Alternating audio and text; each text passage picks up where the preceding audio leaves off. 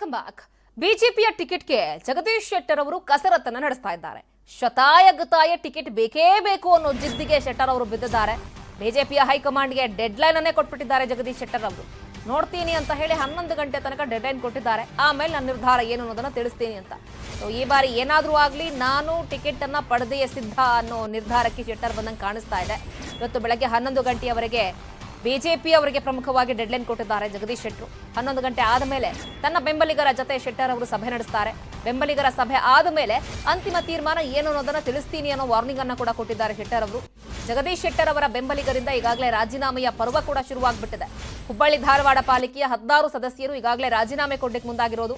ಸತತ 6 ಬಾರಿ ಗೆದ್ದವರಿಗೆ ಅಪಮಾನ ಅಂತ ಹೇಳಿ ಅವರು ರಾಜೀನಾಮೆ ಕೊಡ್ಲಿಕ್ಕೆ ಮುಂದಾಗಿದ್ದಾರೆ. ಸೊ ಈಗಾಗಲೇ ರಾಜೀನಾಮೆಯನ್ನ ಕೊಟ್ಟಿರ್ತಾ ಇರೋದ್ರಿಂದ ಅವರ ಪ್ರಮುಖರು ಅಥವಾ ಅವರ ಹಿಂಬಾಲಕರೆಲ್ಲರೂ ಕೂಡ ಇದು ಬಿಜೆಪಿಗೆ ನುಂಗಲಾರದ ತುತ್ತಾಗ್ತಾ ಇದೆ. ಸಣ್ಣದವರಿಗೆ ನಾನು ಆಶಾಭಾವನೆ ಹೊಂದ್ಕೊಂಡಿದ್ದೀನಿ. ನಾನು ಮೊನ್ನೆ ನಡ್ಡಾಜಿಯವರು ಭೇಟಿಯಾದಾಗ ಹೇಳಿದ್ದೆ, ಒಂದು 2 ದಿವಸ ನಾನು ವೇಟ್ ಮಾಡ್ತೀನಿ, ದಯವಿಟ್ಟು ಅದ್ರ ಬಗ್ಗೆ ಒಂದು ನಿರ್ಧಾರವನ್ನು ಕೈಗೊಳ್ಳ್ರಿ ಅಂತ ಹೇಳಿದ್ದೆ. ನಾನು ನಿನ್ನೆ ಮತ್ತು ಇವತ್ತು 2 ದಿವಸ ಆಯಿತು. ನಮ್ಮ ವೆಲ್ ವಿಶಸ್ ಇಲ್ಲೆಲ್ಲ ಬಂದಿರ್ತಾರೆ ಅಭಿಮಾನಿಗಳು, ಅವ್ರದ್ದೆಲ್ಲ ಅವ್ರ ಜೊತೆ ನಾನು ಸಮಾಲೋಚನೆ ಮಾಡ್ತೀನಿ.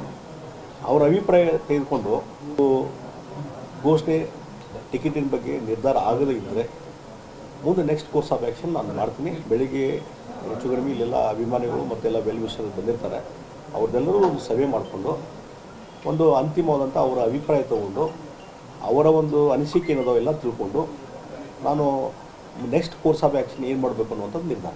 ಕ್ಷಣದವರೆಗೆ ನಾನು